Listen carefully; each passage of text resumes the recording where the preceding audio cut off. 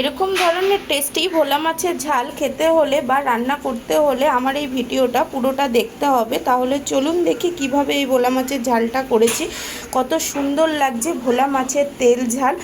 খুব সহজে আর একদম ঘরোয়া উপকরণ দিয়ে এই ভোলা মাছের তেল ঝালটা রান্না করা যায়, সেটাই দেখুন আজকে। তাহলে চলুন দেখি কিভাবে রান্না করি এই ভোলা মাছের তেল ঝালটা। নমস্কার, আমি মুক্তি। আমার এই রান্নায় আপনাদেরকে স্বাগত। আজকে আমি রান্না করতে চলেছি ভোলা মাছের তেল ঝাল। তার জন্য আমি ভোলা মাছটা আগে থেকেই একটু ভেজে নিয়েছি ভিডিওর সুবিধার্থে। আর নিয়েছি পেঁয়াজ কুচিয়ে, কাঁচা লঙ্কা চিরে, ধনেপাতা কুচিয়ে নিয়েছি, একটু আদা কুচিয়ে নিয়েছি, আর নিয়েছি টমেটো। এই সামান্য উপকরণ দিয়েই আমি আজকে রান্না করব ভোলা মাছের তেল ঝাল, একদম ঘরোয়া পদ্ধতিতে, ঘরোয়া উপকরণ দিয়ে। তাহলে চলুন দেখি কি করে মাছটাকে রান্না করি। আমি মাছটা আগে থেকেই ভেজে নিয়েছি, তাই আমি এই কড়াইয়ে মাছ ভাজার তেলের মধ্যে তেল দিয়ে দেব ভোলা মাছের তেল ঝালটা করার জন্য। যেহেতু এটা আমি তেল ঝাল করব, তার জন্য আমি কড়াইয়ে তেলটা একটু পরিমাণে বেশিই দিয়ে দেব। কড়াইটা গরম হয়ে গেছে, আমি তেলটা দিয়ে দিচ্ছি। এবার তেলটা গরম হোক। তেলটা গরম হয়ে গেছে, এবার আমি এতে একটু কালো জিরে ফোড়ন দিয়ে দিচ্ছি। একই সাথে আমি এই তেলের মধ্যে যে পেঁয়াজটা কুচিয়ে রেখেছিলাম সেগুলোও দিয়ে দিচ্ছি।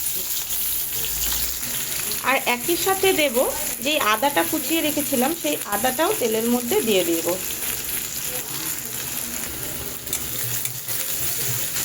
পেঁয়াজটা একটু আমি হালকা লাল করে ভেজে নেব। যখন পেঁয়াজটা ভাজবো আমার গ্যাসের আঁচটা হাই করাই থাকবে। পেঁয়াজটা দেখুন বেশ সুন্দর লাল হয়ে গেছে। এইবার আমি এই পেঁয়াজের মধ্যে যে টমেটোটাকে কেটে রেখেছিলাম সেই টমেটোটাকেও দিয়ে দেব। যারা ভোলা মাছ খেতে একদমই পছন্দ করেন না, তারা এইভাবে একটু প্লিজ রান্না করে দেখবেন। প্রচণ্ড টেস্ট হয় ভোলা মাছ। আপনাদের খেতেও ভীষণ ভালো মাছ লাগবে। যারা একদমই পছন্দ করেন না তাদেরও খুব ভালো লাগবে। কে কে ভোলা মাছ খেতে ভালোবাসেন আর এরকম ধরনের তেল ঝাল খেতে ভালোবাসেন, প্লিজ একটু কমেন্টে জানাবেন। আমার তো প্রচণ্ডই ভালো লাগে ভোলা মাছ খেতে। টমেটো আর পেঁয়াজটা বেশ একটু ভালোভাবে মজে গেছে, আর দেখুন একটু গ্রেভি গ্রেভিও হয়ে গেছে। এইবার আমি এর মধ্যে সামান্য অল্প অল্প পরিমাণে কিছু গুঁড়ো মশলা দিয়ে দেবো। প্রথমেই দেব পরিমাণ মতন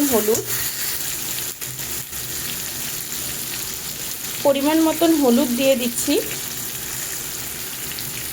কালারের জন্য সামান্য পরিমাণ লঙ্কার গুঁড়ো দেব, কারণ আমি কাঁচা লঙ্কা কেটে রেখেছি, ঝালের জন্য কাঁচা লঙ্কাটাই আমি ব্যবহার করব। আর দেব সামান্য ছোট 1 চামচ ধনের গুঁড়ো, আর দেব সামান্য পরিমাণ একটু জিরের গুঁড়ো। অবশেষে দেব স্বাদ অনুযায়ী নুন। এবার সবগুলোকে একসাথে ভালোভাবে একটু কষিয়ে নেব। বেশ ভালোভাবে এরকমভাবে মিশিয়ে বেশ ভালোভাবে একটু করে কষিয়ে নেব। এতে আমি যেহেতু গুঁড়ো মশলা ব্যবহার করেছি, তাই এতে সামান্য পরিমাণ আমি একটু জল দেব।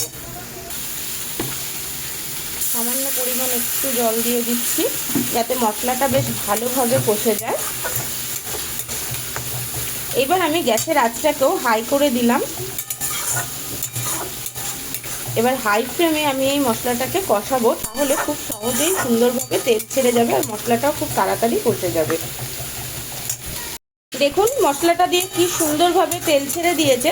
এইবার আমি এতে সামান্য পরিমাণ একটু সানরাইসের গুঁড়ো গরম মশলা ব্যবহার করব। আমি এখানে সানরাইসের গরম মশলা ব্যবহার করছি, আপনারা চাইলে অন্য মশলাও ব্যবহার করতে পারেন। এই যে দেখুন একদম সামান্য পরিমাণ গরম মশলা ব্যবহার করলাম। আর এবার আমি দিয়ে দেব এর মধ্যে কাঁচা লঙ্কাটা। কাঁচা লঙ্কাটা অনেকে আগে দেয়, কিন্তু আমি বলবো কাঁচা লঙ্কাটা একটু পরে দেবেন। তাহলে কি হবে, কাঁচা লঙ্কার নিজস্ব একটা গন্ধ আছে, সেই স্মেলটা ভালোভাবে তরকারির সাথে মিশে যায়, আর তরকারির গন্ধটাও খুবই ভালো লাগে, খেতেও ভালো লাগে। তাই আমি সবসময় কাঁচা লঙ্কা পরেই ব্যবহার করি। আমিও বলবো আপনারাও কাঁচা লঙ্কাটা একটু পরেই ব্যবহার করবেন, দেখবেন একদিন এরকমভাবে রান্না করে ভীষণই টেস্ট হবে। এইবার আমি আরেকটু ভালোভাবে এই মশলাটাকে কষিয়ে নেব। গরম মশলাটা আমি অল্প পরিমাণেই দিয়েছি, কারণ আমি নামানোর আগে ধনেপাতা দেব, তাই জন্য গরম মশলাটা আমি অল্পই ব্যবহার করেছি। মশলাটা বেশ ভালোভাবে কষে গেছে সব কিছু দিয়ে। এবার আমি এতে পরিমাণ মতন জল দিয়ে দেব। জলটা দিয়ে দিয়েছি। এইবার আমি মাছগুলোকে বেশ সুন্দরভাবে জলের মধ্যে সাজিয়ে দেব।